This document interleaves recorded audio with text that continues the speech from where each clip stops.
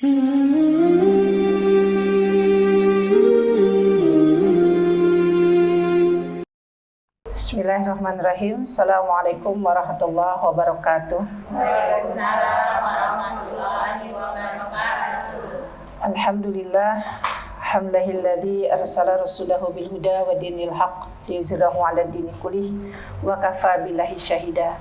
Asyhadu an la ilaha illallah wa asyhadu anna Muhammadan abduhu wa rasuluh alladzi la nabiyya ba'dah. Allahumma salli wa sallim wa barik ala Muhammad wa ala alihi wa sahbihi wa man tabi'ahum bi ihsanin ila yaumiddin, amma ba'd. Allahumma shayban nafi'an. Mengawali perjumpaan kita di tahun 2026 ini ya Bu, karena ini adalah rangkaian kajian fikih di tahun yang lalu. Kita liburnya cukup lama ya, 1 tahun ya, Masya Allah. Alhamdulillah Allah menganugerahkan kepada kita cuaca hujan yang tentunya kita selaku orang yang beriman senantiasa berprasangka baik ya, bahwa Allah Subhanahu wa taala menurunkan hujan ini adalah sebuah rahmat, betul ya. Makanya ketika hujan ya, kita senantiasa melafazkan doa yang diajarkan oleh baginda Nabi SAW, Allahumma shayban nafi'an. Kita berharap ya Allah, semoga hujan yang tercurah yang diturunkan oleh Allah Subhanahu wa taala menjadi hujan yang memiliki kemanfaatan bagi kehidupan kita manusia. Amin. Dan tentunya kita berharap ya, hujan tidak menjadikan bencana bagi kita ya, yang tentu saja kita senantiasa menjaga lingkungan di sekitar kita, terutama terhadap sampah ya, yang biasanya menjadi penyebab banjir di sekitar kita. Alhamdulillah sudah reda hujannya. Mudah-mudahan saudara-saudara kita, teman-teman akhwat yang lain yang masih berada di rumah dimudahkan segala urusannya untuk bisa menghadiri kajian kita pagi hari ini. Amin ya rabbal alamin. Amma ba'du, kita akan membahas ya, kita kupas secara tuntas berkaitan dengan haid dan nifas. Yang di pertemuan-pertemuan yang lalu juga pernah disinggung-singgung ya, tetapi kita coba untuk memperdalam kembali bagaimana itu haid, kemudian nifas dan darah istihadah. Yang saya yakin pastinya ibu-ibu ya, kemudian mbak-mbak, akhwat-akhwat semuanya sudah sangat familiar ya, karena itu merupakan fitrah yang Allah anugerahkan kepada setiap wanita dan menjadi tanda balignya seorang perempuan ya. Baik, sebagaimana materi yang sudah disampaikan di grup, mungkin ya bisa dibuka di handphonenya ya jika memungkinkan. Infokusnya masih diusahakan. Baik ya, kita bahas terlebih dahulu apa itu haid. Ya, walaupun ini sudah sangat-sangat familiar tadi saya katakan ya. Menurut para ulama, haid didefinisikan ya secara bahasa berasal dari kata as-sayyalan atau mengalir. Nah, itu makna haid itu as-sayyalan atau mengalir ya. Kemudian dari sisi syariat, haid yang dimaksud adalah darah yang keluar dari kemaluan seorang wanita dalam keadaan sehat. Nah, ini harus ditandai ya, dalam keadaan sehat gitu ya. Bukan karena melahirkan dan bukan karena suatu penyakit ataupun pecahnya selaput darah. Ya, kita sudah familiar lah gitu ya. Yang menjadi kebiasaan setiap bulannya. Nah, ini juga harus digarisbawahi, kebiasaan gitu ya. Maka kalau kemudian kita merujuk kepada definisi tadi ya, maka ketika seorang perempuan keluar darah haid tadi dari kemaluannya dan dia sedang dalam keadaan sehat, tidak ada rasa sakit ataupun juga pengaruh penyakit yang lainnya, maka hendaknya dia memperhatikan kebiasaannya tadi ya. Harus diperhatikan kebiasaannya ya. Bagaimana ya, kemudian apa ya. Pokoknya semua pertanyaan yang hendaknya ditujukan kepada darah yang keluar, gitu ya. Kapan, ya, kemudian mengapa, nah kayak gitu ya. Semua harus ditanyakan dan jawabannya ada pada darah itu sendiri. Jawabannya ada pada kita, karena kita yang mengalami, begitu ya. Jadi kalau misalkan sekarang ibu bertanya kepada ustadz, ya ustadz, ini maaf gimana ya darah haid saya begini. Mohon maaf, mungkin ustadznya akan jawab, maaf bu saya nggak haid. Gitu ya. Nah kita yang kemudian memahami, karena kita yang mengalami, ya. Nah karena ada definisi tadi kebiasaan yang berlaku ya pada diri seseorang, maka kemungkinan ada perbedaan antara satu perempuan dengan perempuan yang lainnya ketika dia mengalami haid, begitu ya. Nah, baik ya. Kemudian berikutnya tentang kapan waktu haid, gitu ya.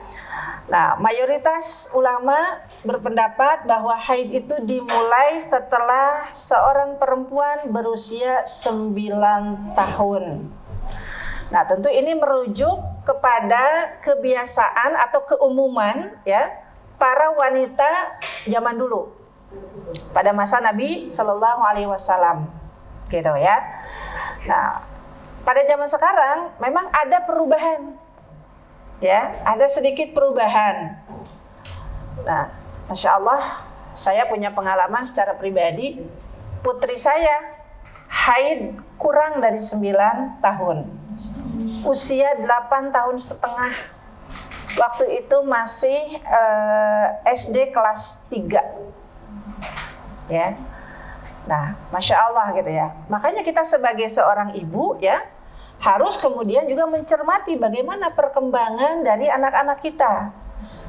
Karena boleh jadi tadi saya katakan ya, perempuan yang satu berbeda dengan perempuan yang lain. Ummul Mukminin Aisyah radhiyallahu anha dalam sebuah riwayat disebutkan beliau haid pada usia 9 tahun. Dan karena itulah, maka karena sudah haid, sudah dianggap balik, begitu ya. Dan ketika kemudian menikah pada usia 9 tahun. Karena secara biologis sudah siap untuk menjadi seorang istri dan menjadi seorang ibu. Gitu ya. Nah, ini mayoritas ya, mayoritas ulama berpendapat 9 tahun tadi ya, walaupun dengan beberapa faktor yang mempengaruhi ya, termasuk tadi yang saya katakan pengalaman anak saya begitu ya. Saya pikir badan yang tumbuh besar ya, kata orang Sunda itu bilangnya bongsor gitu ya. Bahasa Betawi juga mungkin sama bongsor ya. Melebihi daripada teman-temannya ya, gendut gitu ya, kemudian tinggi juga ya. Nah, ini kayaknya memang gemuk gitu. Nah, ternyata suatu hari dia lapor ya, Umi, ini celana dalam aku kotor gitu ya. Nah, ternyata setelah saya lihat ya, alhamdulillahnya gercep ya Bu ya, enggak ditunda-tunda gitu. Setelah dilihat ternyata wah, kalau ini darah haid ya. Saya sampaikan ya kepada anak saya itu bahwa ini hari ini kamu sudah dapat haid.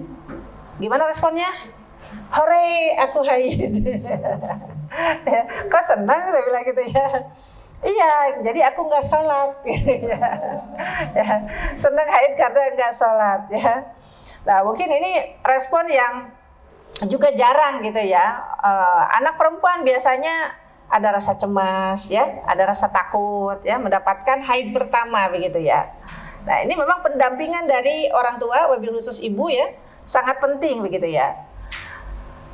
Dulu pengalaman kakak saya sudah almarhumah ya, dan ini menjadi pembelajaran gitu ya buat kita semua. Mungkin karena hubungan kurang dekat ya dengan orang tua ya, yang notabene ibu saya itu kerja dulu Bu ya. Nah, ketika mendapatkan haid pertama takut ya, hanya bilang ke adiknya, ke saya gitu ya. Nah, saya nggak tahu apa-apa, nggak ngerti juga gitu ya, waktu itu masih bocah juga gitu ya.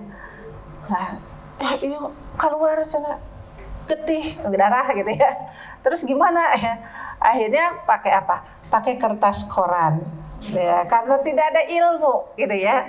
pakai kertas koran yang ditempel gitu ya di celana dalam ya. Tentu ini hal yang tidak diinginkan ya, tetapi alhamdulillah itu hanya 1 hari itu ya yang kemudian pada akhirnya saya yang bicara gitu ya ke ibu saya, dan ibu saya alhamdulillah memberikan pencerahan gitu ya ilmunya ya, bahwa bagaimana menyikapi yang seharusnya gitu ya.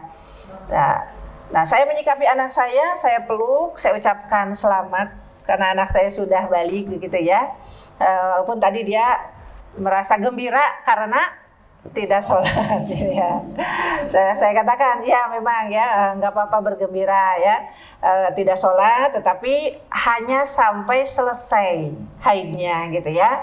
Nanti kalau udah suci bilang lagi ya sama Umi. Nah sampai akhirnya saya sampaikan juga pembelajaran tentang tubuh wanita begitu ya, terutama alat genitalnya seperti apa, kemudian juga aurat kita sampaikan ya kepada anak kita, karena kalau sudah haid, sudah balik berarti sudah tiba saatnya ya hukum untuk menutup aurat, sehingga tidak boleh ditampakkan kepada yang lain gitu ya, yang bukan mahram.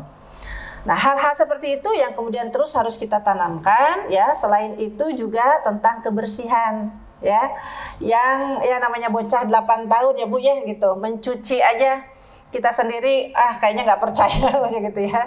Jadi memang harus betul-betul dilihat ya, ditongkrongin bagaimana cara mencucinya. Jangan sampai kemudian dibiarkan begitu saja dan nanti yang mencucinya ART gitu ya, nauzubillah min dzalik ya, karena itu adalah kotorannya ya. Dan tadi juga ya Ibu Qori'ah kita di surat di surat Al-Baqarah ayat 222 ya, ketika orang-orang bertanya wa yas'alunaka 'anil mahid ya, orang-orang bertanya tentang haid, maka kemudian Allah Subhanahu wa taala menjelaskan qul huwa adzan ya, dia adalah kotoran ya, fa'tazilun nisa ya. Nah, maka jauhi ketika perempuan kemudian mengalami haid kan gitu ya. Nah, Masya Allah, itu yang harus kemudian kita sampaikan gitu ya. Kalau kita kan memang sudah terlalu lama ya mengalami haid, bahkan mungkin ada yang sudah enggak ya, seperti saya ya, kita seumuran Bu yang sudah menopause gitu ya, tidak keluar lagi ya.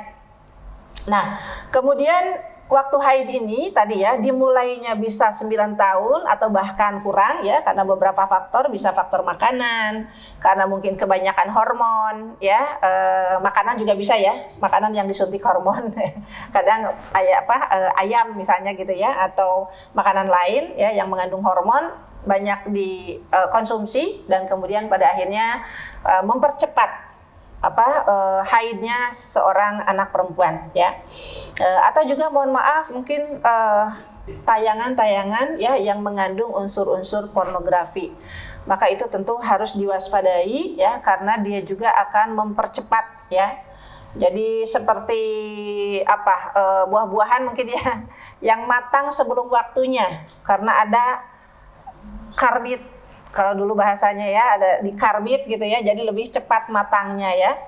Nah ini khawatir dengan konten-konten pornografi yang sangat mudah gitu ya untuk diakses, ini mempercepat baliknya seseorang, baik anak perempuan maupun juga anak laki-laki ya.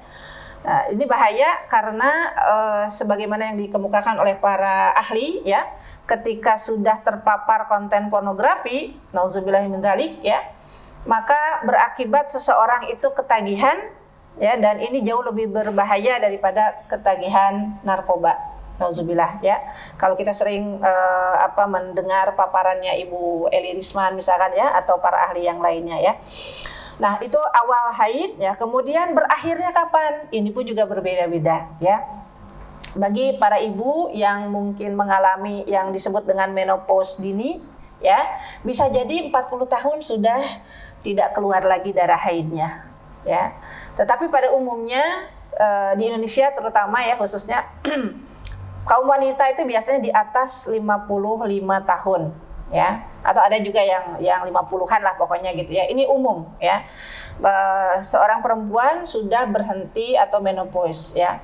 Jika ada yang sekarang misalnya mengalami bulan ini haid, kemudian nanti ketemu haid lagi 3 bulan yang akan datang ya, atau mungkin ada yang 6 bulan yang akan datang ya, berarti itu sudah mulai gejala menopause. Dan ini juga harus diantisipasi ya, karena bagi seorang perempuan, masya Allah ya, disitulah jihadnya kita ya Bu ya.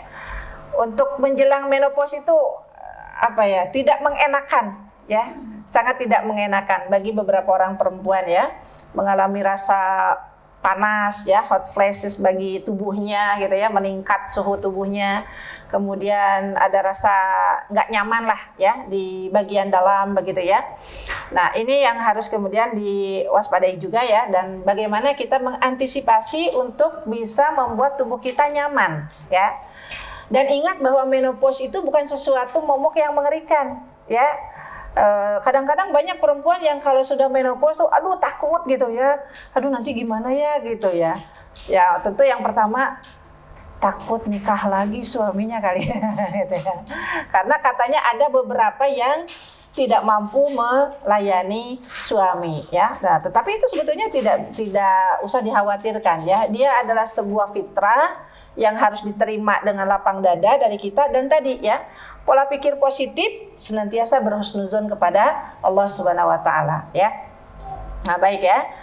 Nah, dan darah haid ini tadi ya bisa keluar ya yang terus-menerus juga ya, sepanjang usia seseorang ada ya. Bahkan saya pernah nonton ya, Allah alam bisawab apakah ini memang adanya seperti itu ya, di sebuah tempat, sebuah daerah di Pakistan kalau tidak salah ya, Pakistan dan sekitarnya itu ada satu desa yang masya Allah di usia 60 tahun tuh masih haid ya. Kemudian juga ada yang melahirkan di usia mendekati 60 masih melahirkan ya, karena katanya ya yang dikonsumsi di situ adalah makanan-makanan yang alami. Ya, tidak ada unsur-unsur zat kimia ya, tidak ada kemudian proses yang berlebihan gitu ya. Ya hanya satu kali proses makan, satu kali proses makan gitu ya. Nah masya Allah semuanya serba natural gitu ya, sehingga mungkin bisa menyebabkan tadi faktor kesuburan yang masih terus ada gitu ya. Baik, itu tentang waktu haid. Nah kemudian bagaimana darah disebut darah haid? Nah makanya tadi kebiasaan ya tentang warna darah haid pun juga harus kita lihat ya. Nah pertama, darah yang biasanya keluar dan disebut sebagai darah haid ya, dinyatakan sebagai darah haid, yang pertama adalah hitam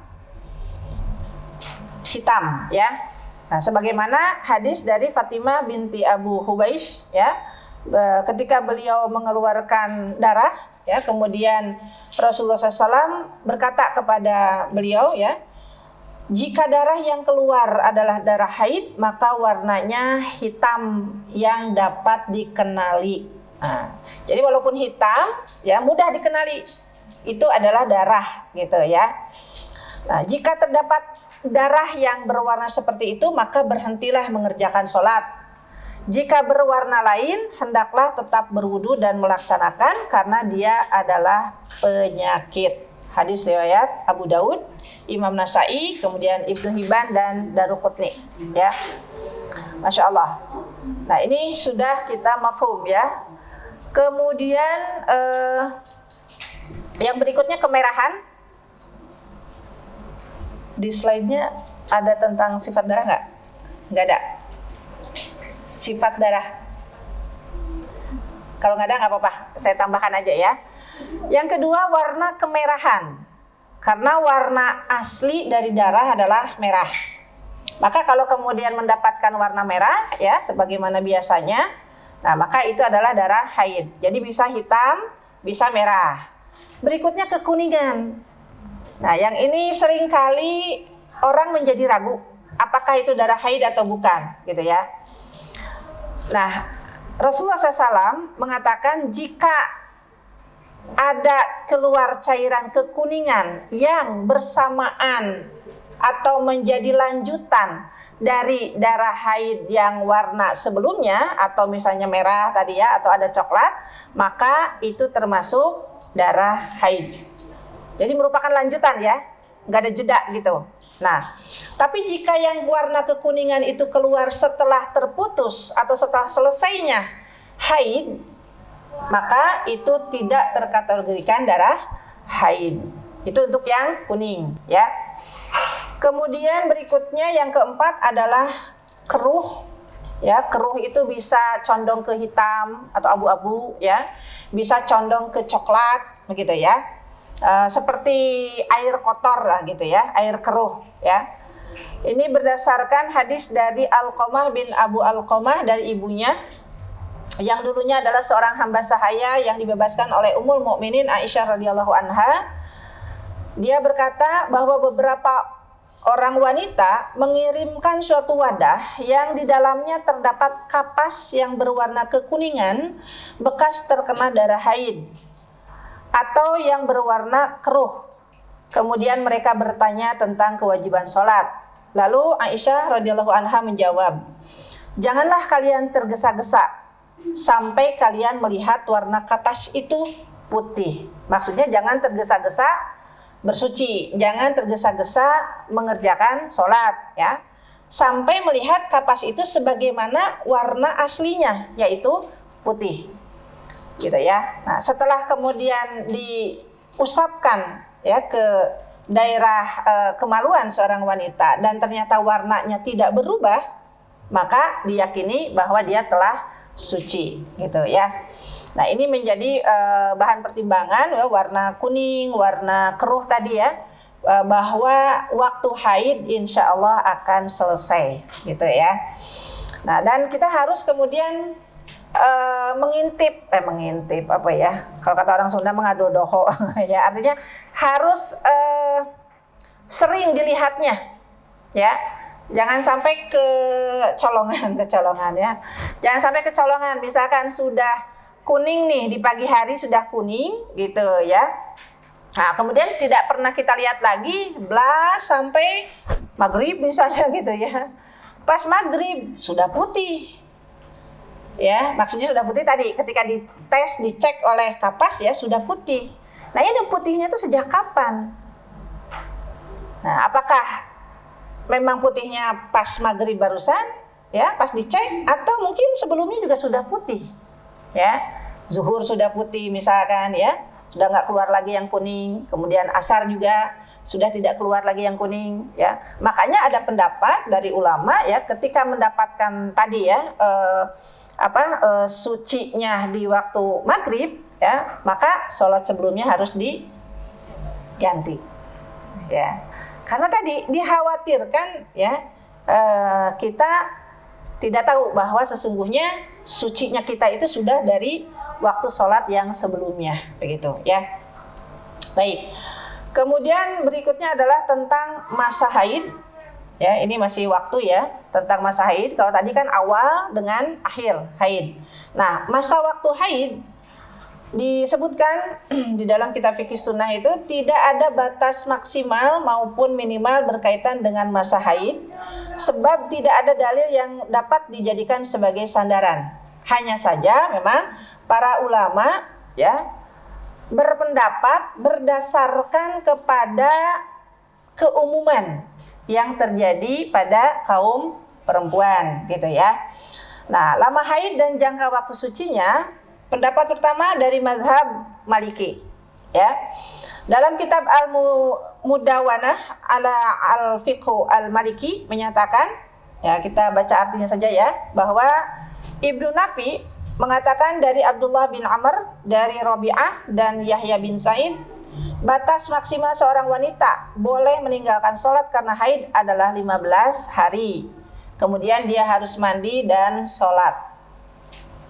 Ini madhab Maliki ya, 15 hari. Kemudian madhab Syafi'iyah ya, madhab Syafi'i dalam kitab Matan Ghayah wa Taqrib disebutkan batas minimal haid adalah sehari semalam, sedangkan batas maksimalnya adalah 14 hari. Dan keumuman haid bagi seorang perempuan terjadi selama 6 atau 7 hari. Gitu ya, disebutkannya. Jadi maksimal 14 hari ya. Kemudian berikutnya mazhab Hambali. Dalam Kasyaful Qana dinyatakan maksimal haid adalah 15 hari atau 15 malam berdasarkan keterangan dari Ali bin Abi Thalib yang lebih dari 15 hari statusnya istihadah. Dan Imam Ibnu Qudamah mengatakan batas minimal haid adalah sehari semalam, maksimal adalah 15 hari ya.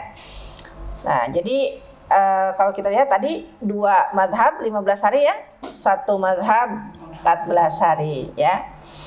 Nah, Masya Allah.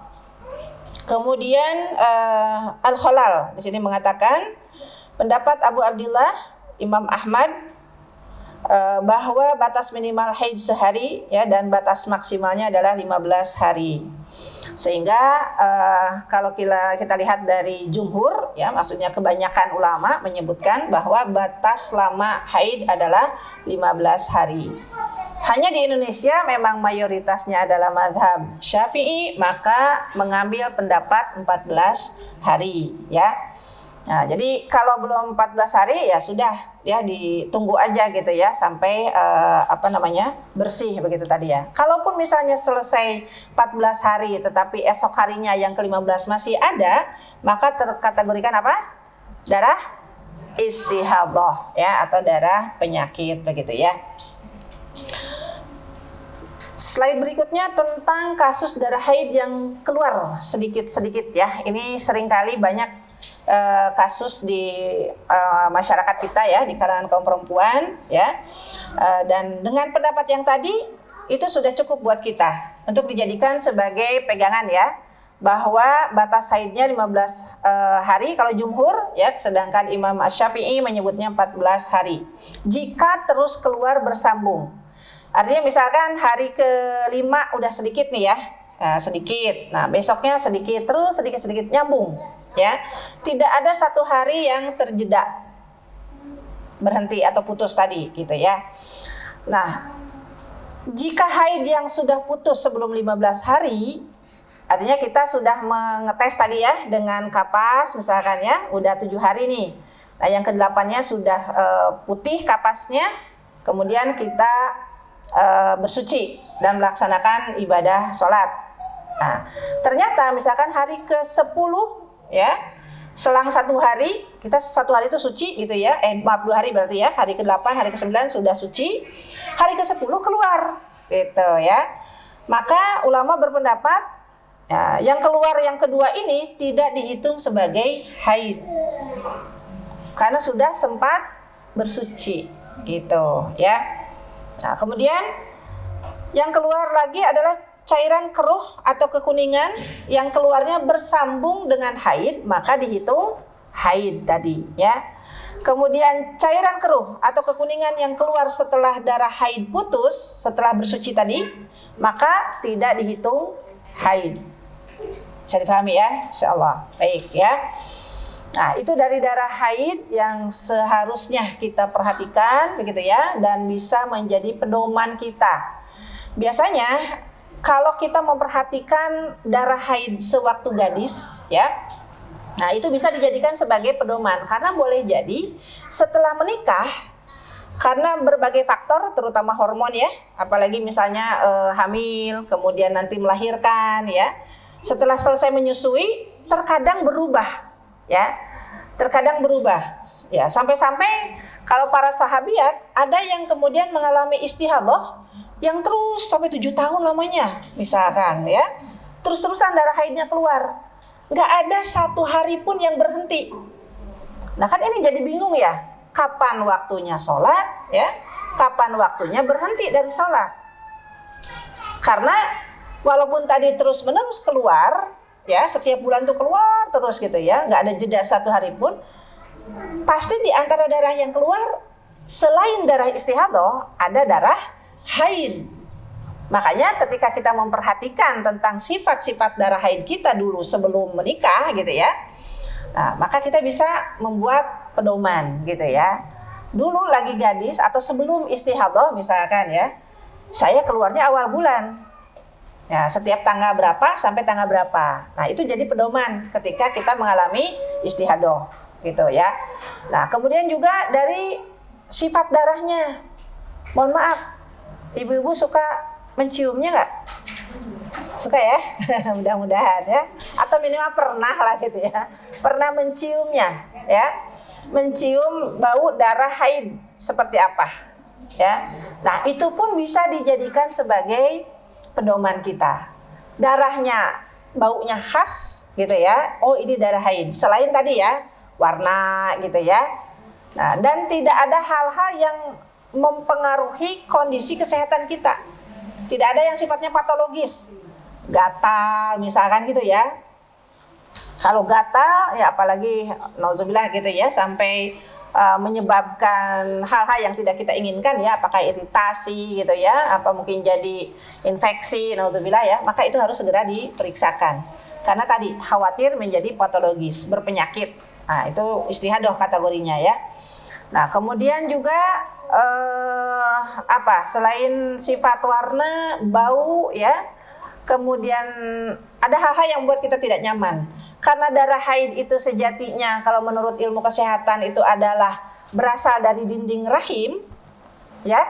Karena perempuan itu punya rahim ya, punya rahim. Nah, ketika kita mengeluarkan sel telur, ovum, ya. Nah, ovum itu ada di rahim kita.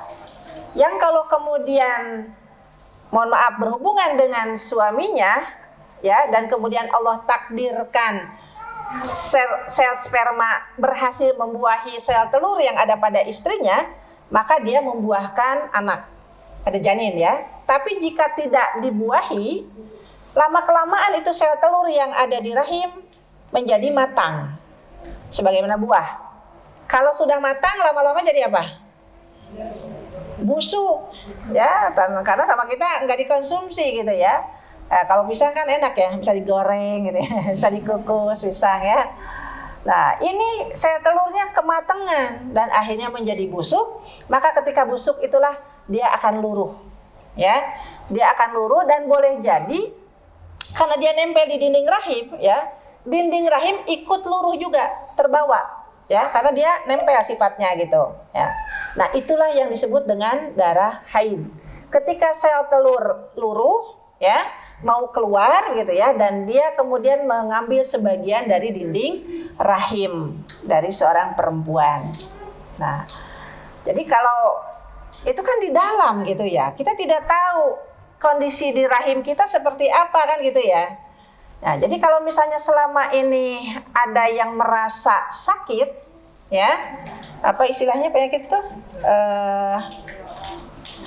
Apa namanya? Menorhe ya, gitu ya. Nah, kalau ada yang sakit kadang ya, kalau orang Sunda bilangnya lupa. Ya, sumilangan. Ah, dia orang Sunda bilang sumilangan. Biasanya awal haid, sakit gitu perutnya ya. Bahkan sampai ada yang nggak bisa bangun, ya. Nah, itu sesuatu yang memang wajar. Karena tadi ya, ada sebagian dinding rahim yang ikut luruh, ya. Nah, kalau ikut luruh berarti kan ada luka di situ ya. Nah, apalagi kalau kemudian diiringi dengan ada gerakan-gerakan peristaltik istilahnya ya dari rahim. Ya, ini juga subhanallah gitu ya, kekuasaan Allah Subhanahu wa taala untuk meluruhkan semua. Ya. Apa-apa yang ada di dinding rahim tadi. Ya, kalau misalnya sel telurnya ada 2 gitu ya, enggak hanya 1 gitu ya. Nah, itu semuanya luruh gitu ya. Nah, butuh pergerakan peristaltik ya. Nah, biasanya itu juga bisa menjadi penyebab rasa sakit. Tetapi jangan khawatir ya, selama rasa sakitnya masih bisa ditahan dengan kekuatan kita ya, insya Allah tidak menyebabkan hal-hal yang berbahaya ya. Kecuali kalau sudah di luar kenormalan tadi ya, sampai nggak bisa bangun sama sekali gitu ya, dan sangat mengganggu ya, maka segeralah untuk diperiksakan karena khawatir tadi ya, penyakit yang ditimbulkan berbahaya gitu ya. Allah alam. Baik ya. Nah, itu berkaitan dengan darah haid. Insya Allah dengan paham kebiasaan-kebiasaan kita sendiri ya, ini menjadi petunjuk bagi kita untuk mendalili amal kita gitu ya. Untuk juga membuat fatwa bagi diri kita ya. Karena yang bisa berfatwanya kita, Bu. Ya. Perempuan yang mengalaminya gitu ya. Nah, walaupun mungkin tadi bisa dari sisi teori ya, para ulama atau para ustadz ya bisa mengemukakan tentang haid ini ya. Tetapi sekali lagi dengan pengetahuan ini kita yang bisa berfatwa kapan berhenti ya, kapan kemudian mulainya haid. Ini juga harus disampaikan kepada anak-anak kita ya, mensikapi generasi Z sekarang ya, yang terkadang mereka itu kadang apa ya, sifat itu mager gitu ya, mageran ya, kadang agak malas gitu ya. Nah kita harus terus tanya, apakah benar gitu ya, sudah 10 hari ya kok belum sholat ya, oh, aku masih haid gitu ya. Maka kemudian kita bisa ngeceknya dan tadi ya memberikan ilmunya kepada mereka ya.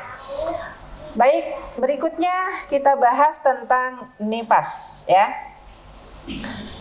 Nifas didefinisikan dengan darah yang keluar dari rahim yang disebabkan melahirkan atau setelah melahirkan. Mohon digarisbawahi. Kasih stabilo. Cetak miring. Nah, ditulis tebal. Disebabkan melahirkan atau setelah melahirkan, ya.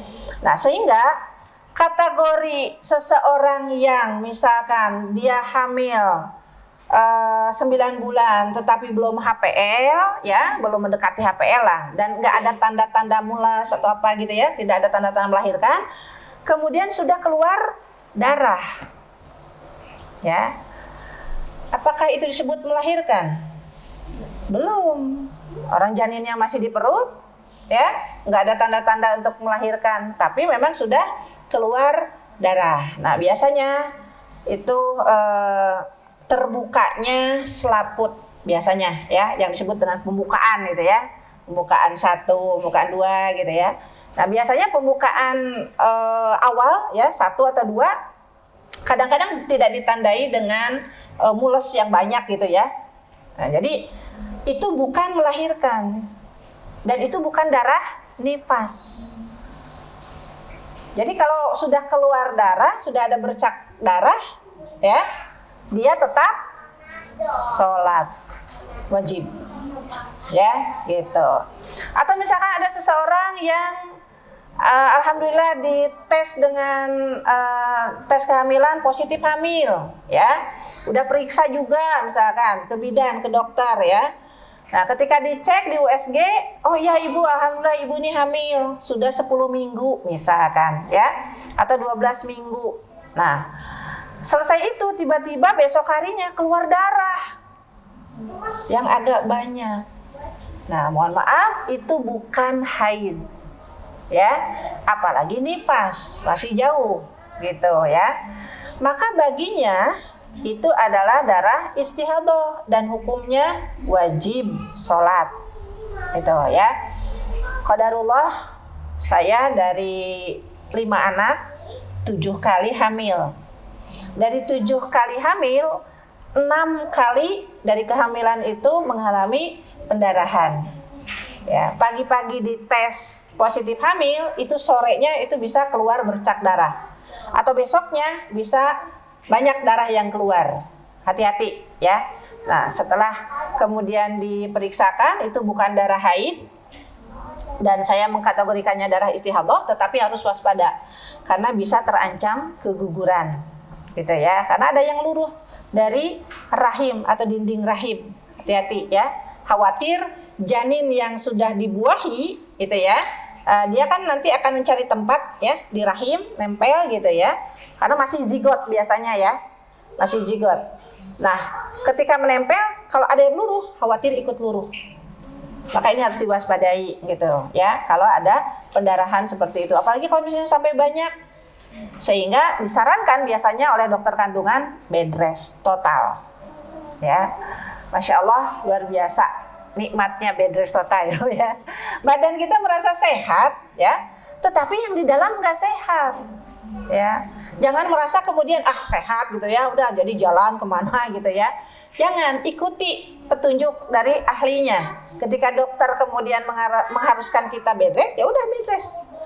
Dikasih penguat, ya, penguat kandungan, ya ikuti gitu ya, segala macam aturannya.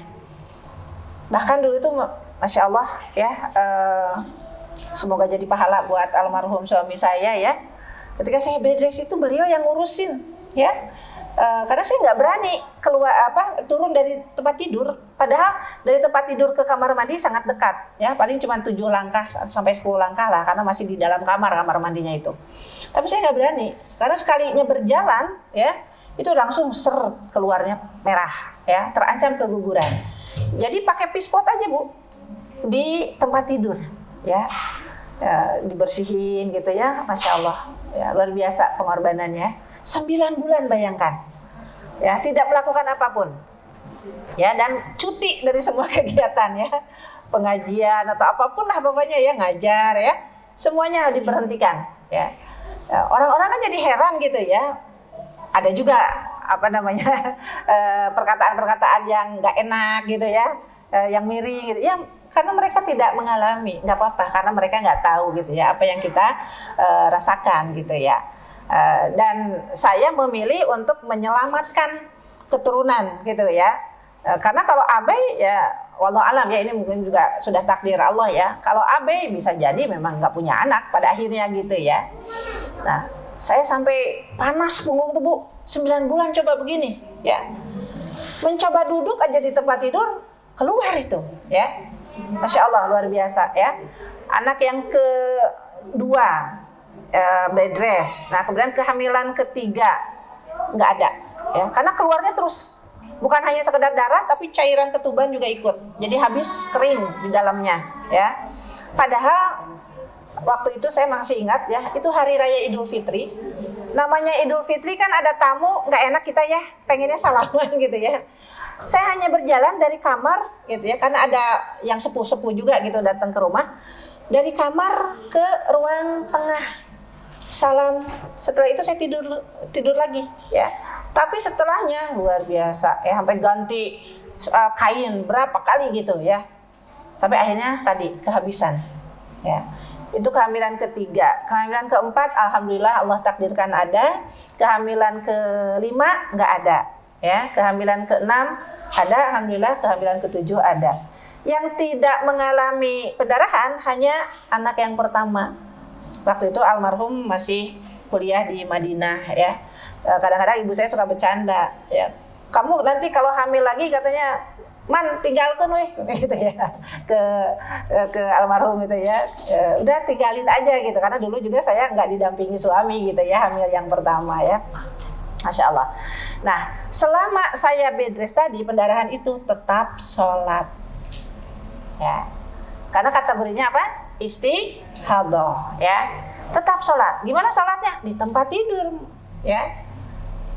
Nah, masya Allah, wudhunya gimana ya? Kadang tayamum gitu ya, kadang diusap aja pakai handuk basah kadang ya. Nah, apakah nggak pengen ke kamar mandi? Sangat pengen ya. Udah pokoknya udah nggak karu-karuan badan ya, udah keringet segala macam gitu ya. Pengennya saya ke kamar mandi, jadi disiasati Bu. Mungkin karena tiduran gitu ya, gerak peristaltik perut juga nggak begitu ini ya, jadi sering sulit untuk buang air besar gitu. Nah sekali waktunya ditakdirkan oleh Allah ingin buang air besar, nah itu bismillah saya banyak berdoa ya ke kamar mandi, karena kalau buang air besar kemudian dilayani sama suami kan nggak enak gitu ya Bu ya. Kalau buang air kecil masih nggak inilah gitu ya, nggak nyaman lah kitanya ya. Nah itu ketika kesempatan itu saya ke kamar mandi ya, buang air besar dan kesempatan mandi biasanya ya, mandi dari semuanya pokoknya dibersihin lah gitu ya. Nah setelah itu nanti bed rest lagi ya, itu bisa sebulan baru mandi ya, bisa sebulan baru buang air besar ya, masya Allah ya, qadarullah, alhamdulillah ditakdirkan oleh Allah punya putra putri 5 ya gitu. Nah ulama berbeda pendapat mengenai lama waktu nifas ya, setelah melahirkan tadi ya, melahirkan bayi kemudian setelahnya kita keluar darah ya, darah nifas. Ada yang berpendapat 40 hari. Ada juga yang 60 hari. Dan tidak ada batasannya kapan berhenti darah nifas, itulah berhentinya. Ada para perempuan yang 30 hari sudah selesai, ya. Bahkan dalam sebuah riwayat disebutkan Fatimah Az-Zahra binti Rasulullah radhiyallahu anha, ya, beliau hanya 3 hari nifasnya itu, ya. Masya Allah. Kenapa kemudian beliau digelari Az-Zahra, ya, perempuan yang banyak beribadah, Masya Allah, ya.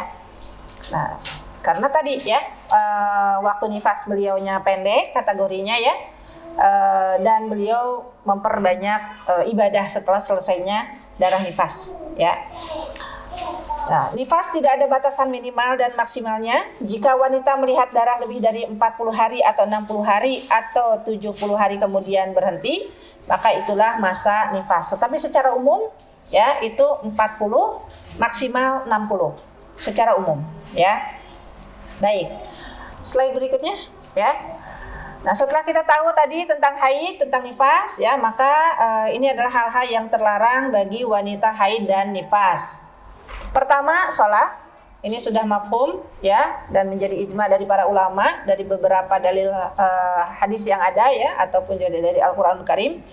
Pertama, sholat. Yang kedua adalah berhubungan suami istri, bersenggama, ya, itu pun juga haram, ya, karena namanya haid atau nifas, dia adalah darah yang kotor, terkategorikan najis. Maka kalau kemudian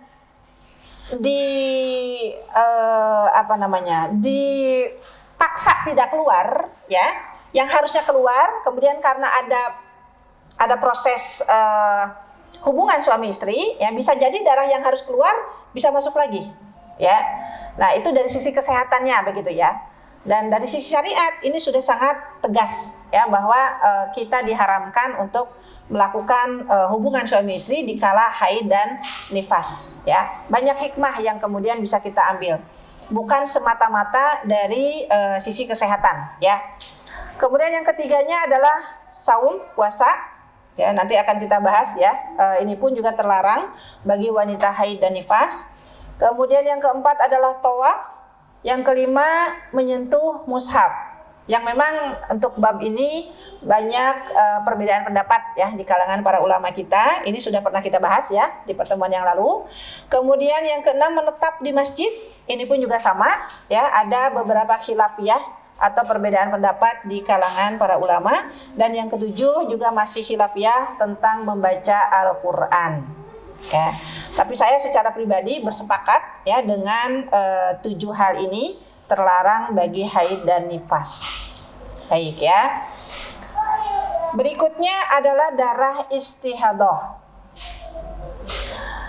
Darah istihadah didefinisikan yaitu keluarnya darah terus-menerus pada seorang wanita tanpa henti sama sekali atau berhenti sebentar seperti sehari atau 2 hari dalam sebulan.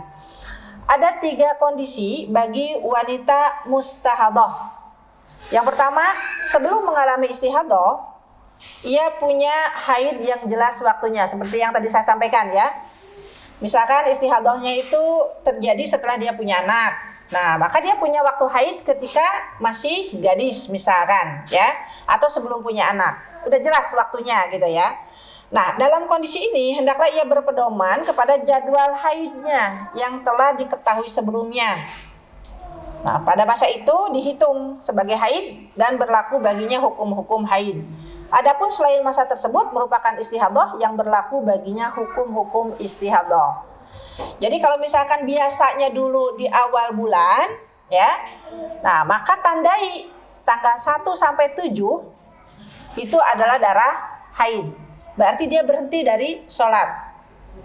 Tanggal 8-nya dia bersuci, walaupun darahnya masih ada, masih keluar, ya. Dia bersuci sebagaimana aturan bersucinya darah istihadah. Dan selebihnya dia melakukan hal-hal sebagaimana wanita yang suci, walaupun keluar darah istihadah. Bisa difahami, ya? Nah, itu kondisi yang pertama. Kondisi yang kedua, tidak mempunyai haid yang jelas waktunya sebelum masa mengalami istihadah. Karena istihadah tersebut terus-menerus terjadi padanya mulai dari saat pertama kali ia mendapati darah luar biasa ya ujiannya dari Allah ya. Misalkan sejak usia 10 tahun dia keluar darah ya, tetapi ternyata nggak ada bersucinya. Terus gitu ya, bertahun-tahun seperti itu ya. Nah, dalam kondisi ini hendaklah dia melakukan tamyiz atau perbedaan. Seperti jika darahnya berwarna hitam atau kental atau berbau, maka yang terjadi adalah haid dan berlaku baginya hukum-hukum haid. Dan jika tidak demikian, yang terjadi adalah istihadah dan berlaku baginya hukum-hukum istihadah. Jadi betapa pentingnya kita untuk memperhatikan kebiasaan dalam haid, ya. Kalau ketika kemudian Allah menakdirkan datang darah istihadah kepada kita, maka kita bisa mengantisipasi, begitu ya. Nah, kondisi yang ketiga, tidak mempunyai haid yang jelas waktunya dan tidak bisa dibedakan secara tepat darahnya. Seperti jika istihadah yang dialaminya terjadi terus-menerus mulai dari saat pertama kali melihat darah, sementara darahnya menurut satu sifat saja atau berubah-ubah dan tidak mungkin dianggap darah haid. Dalam kondisi ini hendaklah dia mengambil kebiasaan kaum wanita pada umumnya. Maka dianggap masa haidnya itu 6 atau 7 hari pada setiap bulan, dihitung mulai dari saat pertama kali mendapati darah. Selebihnya merupakan istihadah. Nah, dari 3 kasus ini ada yang pernah mengalami? Ada nggak? Nggak ada? Alhamdulillah ya, kita normal-normal saja ya. Kita ibu-ibu ya. Kalau saya tadi pernah mengalami darah istihadah ketika hamil ya, itu yang Masya Allah luar biasa kenikmatan yang Allah berikan ya. Baik, itu tentang darah istihadah ya. Next berikutnya tentang ayat Al-Quran ya. Ini yang harus kita pahami tentang haid ya atau junub. Tadi yang sudah dibacakan oleh Ibu Qori'ah kita ya di surat Al-Baqarah ayat 222 begitu ya. Nah, para ulama menafsirkan surat Al-Baqarah 222 ini memang juga ada perbedaan pendapat ya. Pada apa perbedaan pendapatnya ya? Pada kalimat wala taqrabuhunna hatta yatahurn ya. Ini kan perintahnya larangan, maaf ya. Larangan dari Allah Subhanahu wa taala ya supaya tidak mendekati kaum perempuan yang haid sampai dia suci kan gitu ya. Hatta apa? Yatahurn.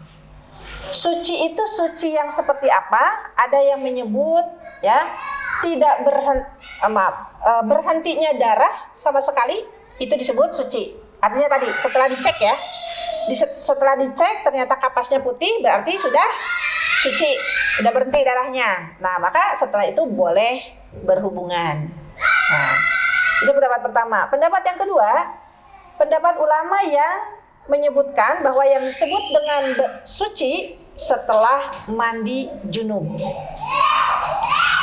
Gitu ya. Jadi mohon maaf walaupun tadi ya setelah dicek misalnya dengan kapas putih ya, tapi dia belum mandi. Diceknya misalkan jam berapa Bu? Jam 8 pagi misalkan.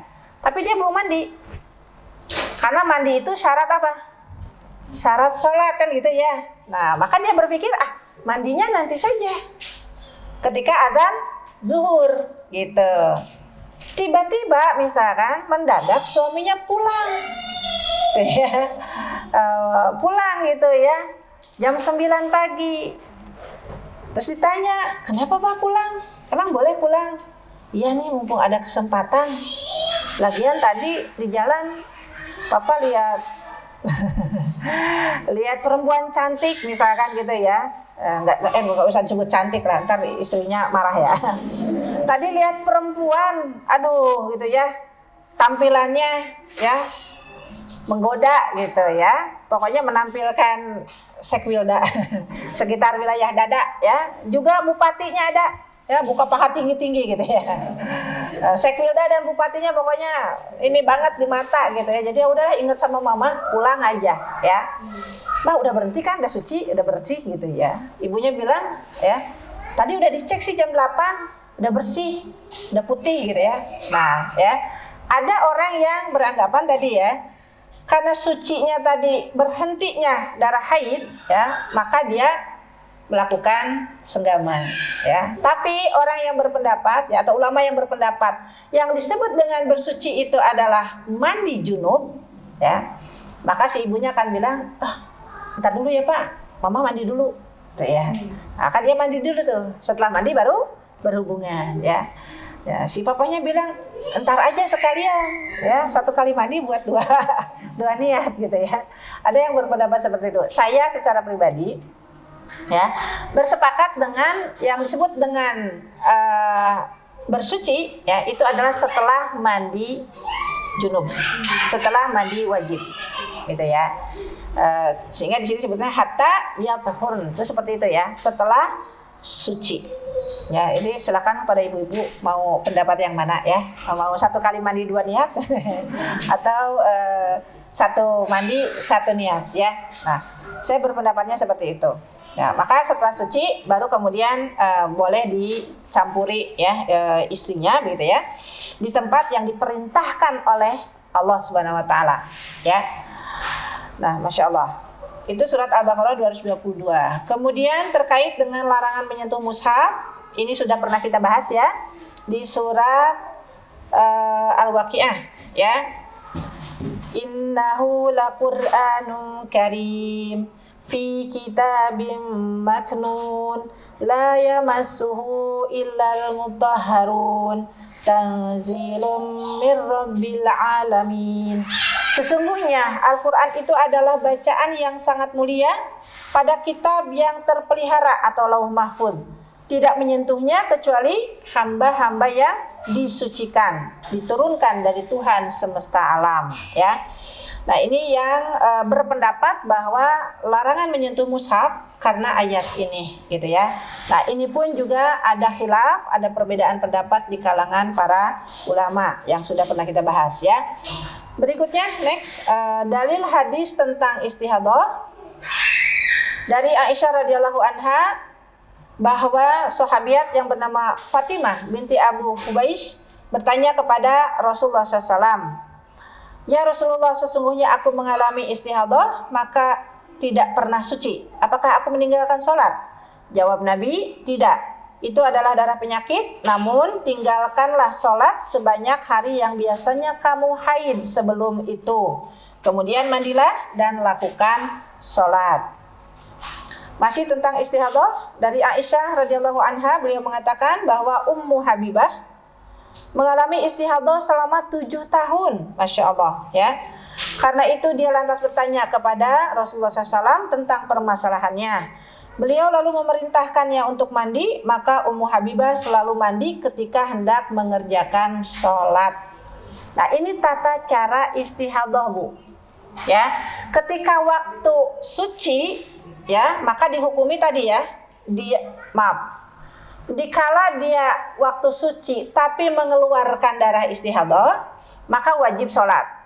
Bersucinya untuk darah istihadah adalah mandi setiap akan sholat. Kebayang ya? Jadi 5 kali sehari mandinya ya. Nah, kemudian para ulama menyebutkan bahwa ketika bersuci untuk istihadah, kalau merasa berat maka ada rukhsah ya. Maka rukhsahnya itu adalah menggabungkan 2 waktu sholat dengan 1 kali mandi gitu ya. Jadi waktunya mandinya berapa? 3 kali. Subuh mandi.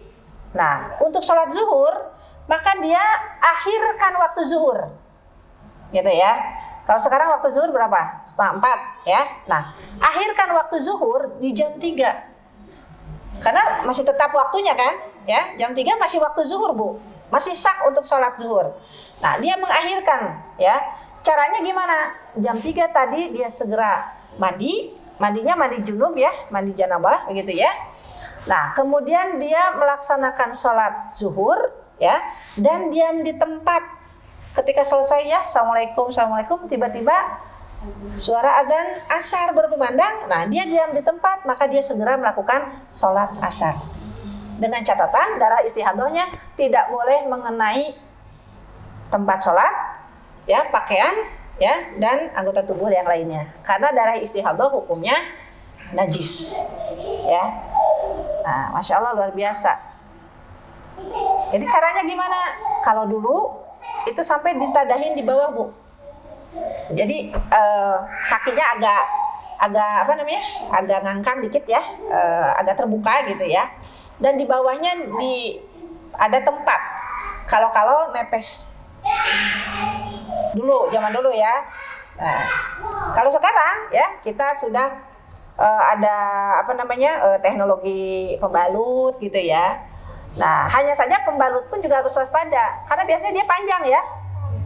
Kalau istihadahnya lagi banyak-banyaknya, maka darahnya itu pasti dari ujung ke ujung.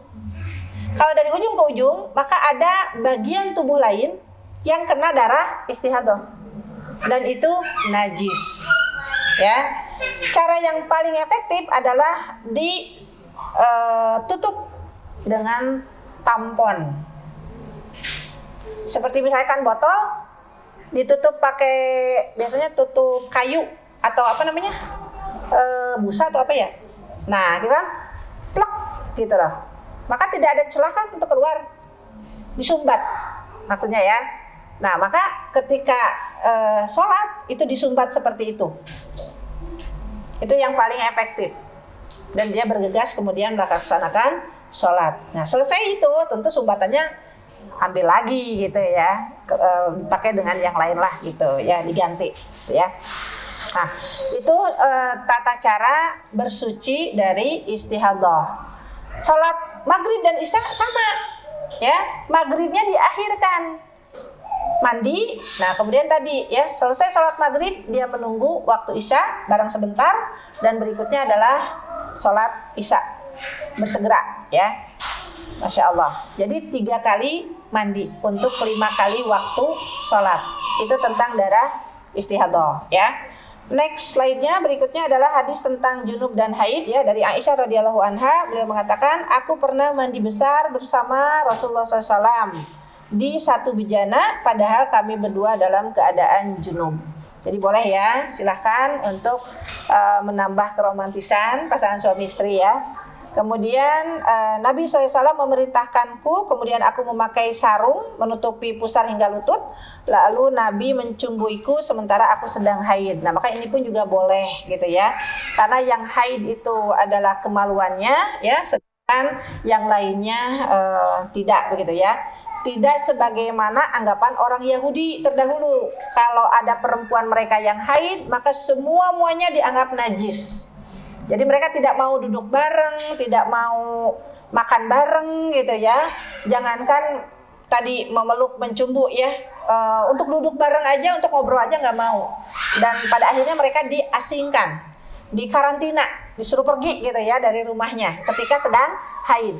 Selesai haid baru mereka kembali lagi ke rumahnya gitu ya. Dan kita Islam alhamdulillah ya, yang haid itu bukan tangan, yang haid itu bukan mulut, yang haid itu bukan kaki. Jadi kita walaupun haid masih bisa bersama-sama berkumpul dengan suami, dengan anak, dengan keluarga kita ya. Nah, baik, ini di hadis berikutnya Nabi SAW pernah mengeluarkan kepalanya kepadaku ketika beliau sedang itikaf. Lantas aku membersihkannya sementara aku sedang haid. Ya, dan dalam riwayat ini juga disampaikan oleh Aisyah radhiyallahu anha, ya Rasulullah, sesungguhnya aku sedang haid. Dan Rasulullah menyampaikan, sesungguhnya yang haid itu bukan tanganmu. Jadi boleh gitu ya menyisir kepala suami ya. Kemudian hadis masih tentang haid juga ya, hadis terakhir ya. Kenapa gerangan wanita yang haid mengqada puasa dan tidak mengqada sholat? Ya, ini ada seorang perempuan ya bertanya kepada Aisyah radhiyallahu anha. Maka Aisyah menjawab, apakah kamu dari golongan Haruriyah? Maka aku menjawab, orang yang bertanya ya, aku menjawab, aku bukan Haruriyah, akan tetapi aku hanya sekedar bertanya. Maka Aisyah menjawab, kami dahulu juga mengalami haid, maka kami diperintahkan untuk mengqada puasa dan tidak diperintahkan untuk mengqada sholat ya. Jadi kalau haid tidak ada qada sholat, tetapi kalau saum ya ada perintahnya untuk mengganti dengan hari-hari yang lain ya, atau ayyamin ukhar di surat Al-Baqarah ayat 184 ya. Apa itu golongan haruriyah? Nah, kalau ini bahasanya sangat panjang ya. Ini bisa sampai 1 semester kalau kuliah ya. Karena golongan haruriyah ini dinisbatkan ya kepada golongan Khawarij, orang-orang yang keluar dari barisan Ali bin Abi Thalib dulu ketika peristiwa tahkim. Apa peristiwa tahkim? Yaitu kita bahas nanti di sejarah peradaban Islam ya, insya Allah ya, kalau memungkinkan. Baik, hanya itu mungkin yang bisa saya sampaikan pada kesempatan hari ini. Terima kasih atas perhatiannya dan mohon maaf bila ada hal-hal yang kurang berkenan. Masih ada waktu 10 menit lagi ya untuk kita bisa lakukan tanya jawab atau pengembangan masalah, insya Allah ya.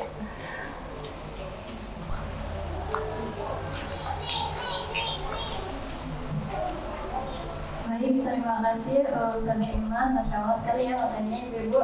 Selanjutnya adalah tanya jawab. Silakan bagi ibu-ibu yang ingin mengajukan pertanyaan boleh angkat tangan.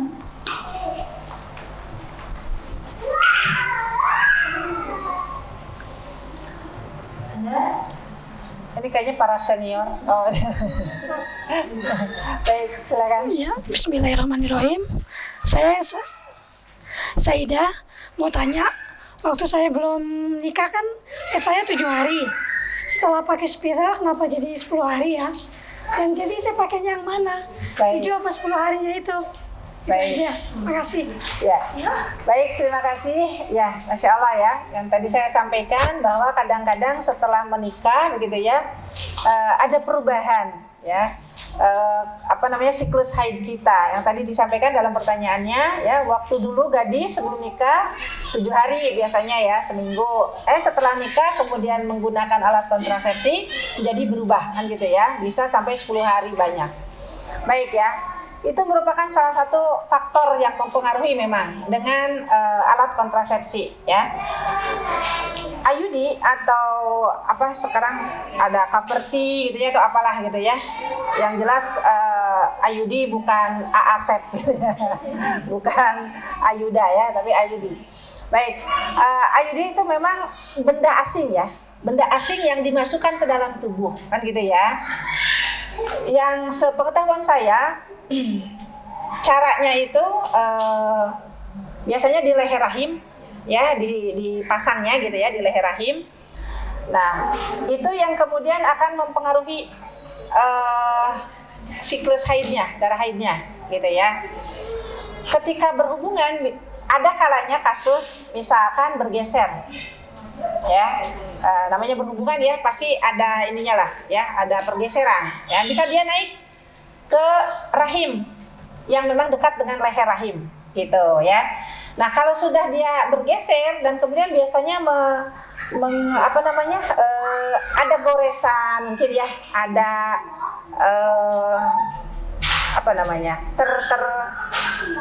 tergores atau ya kena lah gitu ya, kena gitu ya.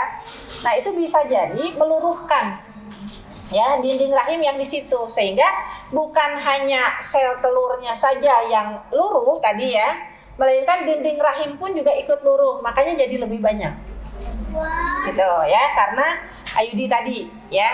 Atau kalau misalkan dengan pil atau dengan suntik, nah ini isinya kandungan dari pil atau suntik itu hormon biasanya ya. Jadi kalau kita mengkonsumsi pil KB, nah kita berarti makan hormon. Atau ketika kita menggunakan suntik, berarti kita disuntik hormon ya. Sedangkan di dalam tubuh kita ya, di dalam rahim kita sudah ada hormon yang Allah anugerahkan. Hanya saja kan kita tidak tahu ya kadarnya segimana. Jadi kalau kemudian ditambah dengan hormon yang dari luar, dengan pil atau dengan suntik, maka dia akan merubah hormon yang sebelumnya sudah ada, jadi lebih banyak ya. Dan ketika lebih banyak, tentu itu akan mengacaukan metabolisme hormon, maka berubah ya, dari gadis ya ke setelah menikah yang tadi ber-KB misalnya gitu ya, baik dengan IUD, dengan pil, dengan suntik ya, atau dengan susuk. Nah, itu pun juga sama, isinya hormon Jadi hormonnya dikacaukan. Ya.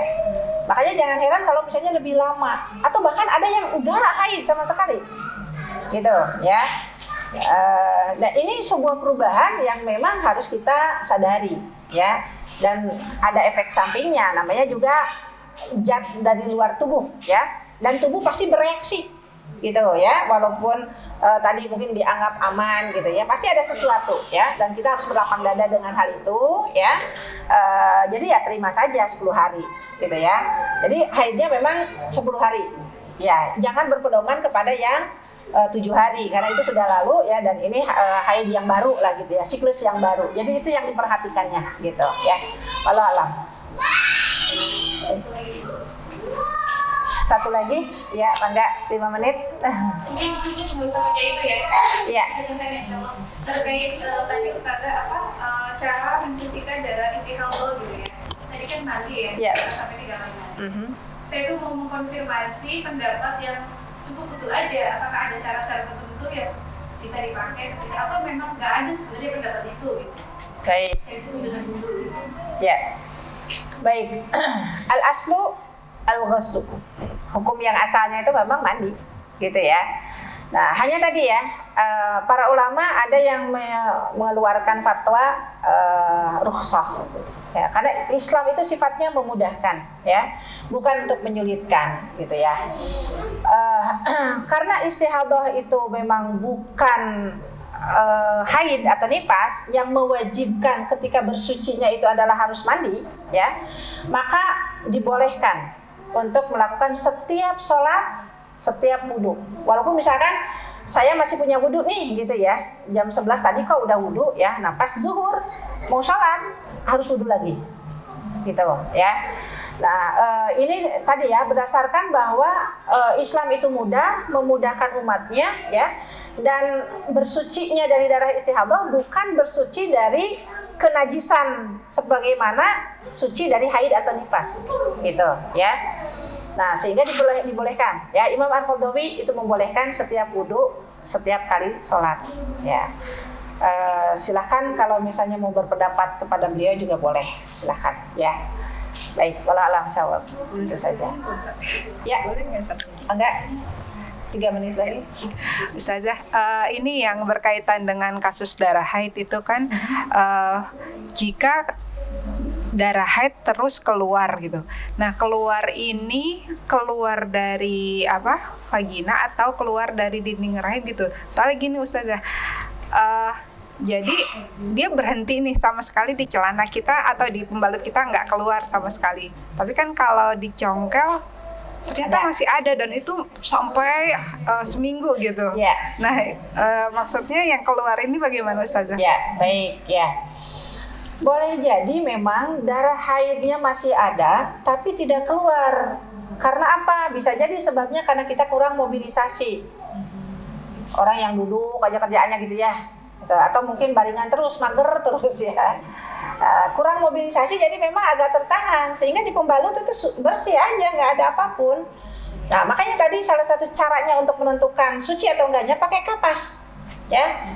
Seperti tadi menyumbat, ya, kapasnya masukin tek ke atas, ya. Nah, ketika itu kemudian keluarkan. Kalau misalnya masih ada berarti masih haid. Jangan buru-buru bersuci, gitu, ya.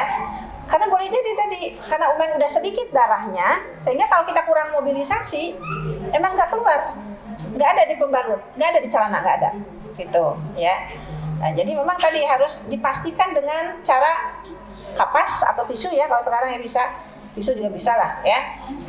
Dikeatasin, dicolok tadi sampaikan, ya, agak ke atas memang, ya. Allah alam bisawab itu, ya. Baik, itu mungkin ya sebagai pertanyaan terakhir. Ya. Terima kasih banyak Ustazah atas Sama-sama, ya. Allah. Nanti bagi ibu-ibu yang ingin bertanya, silahkan disimak dulu pertanyaannya, insyaallah pada bulan berikutnya pada kajian fikih selanjutnya bisa diajukan kembali ke Ustazah. Yang selanjutnya adalah doa penutup. Ustazah mohon dipimpin. Oh, Akan dipimpin oleh Ustazah kepada Ustazah. baik, ibu-ibu yang dirahmati Allah, mengakhiri kajian kita pagi hari ini kita akhiri dengan senantiasa menundukkan hati dan kepala kita di hadapan Allah Subhanahu wa taala. Kita akhiri dengan doa. A'udzubillahi minasyaitonirrajim. Bismillahirrahmanirrahim. Rabbana zalamna anfusana wa illam taghfir lana wa tarhamna lanakunanna minal khasirin. La ilaha illa anta subhanaka inni kuntu minadh dhalimin. Rabbi auzi'ni an ashkura ni'mataka allati an'amta 'alayya wa 'ala walidina wa an a'mala shalihan tardahu wa adkhilna bi rahmatika fi ibadikas shalihin. Allahumma inna nas'aluka salamatan fid din wa afiatan fil jasad wa ziyadatan fil ilmi wa barakatan fil rizqi wa taubatan qabla al-maut wa rahmatan 'indal maut wa maghfiratan ba'dal maut. Allahumma hawwin 'alaina fi sakaratil maut wan najata minan nar wa afwa 'indal hisab. Rabbana la tuzigh qulubana ba'da idh hadaytana wa hab lana min ladunka rahmah innaka antal wahhab. Rabbana atina fid dunya hasanah wa fil akhirati hasanah wa qina adzabannar. Subhana rabbika rabbil izzati amma yasifun wassalamun alal mursalin walhamdulillahi rabbil alamin.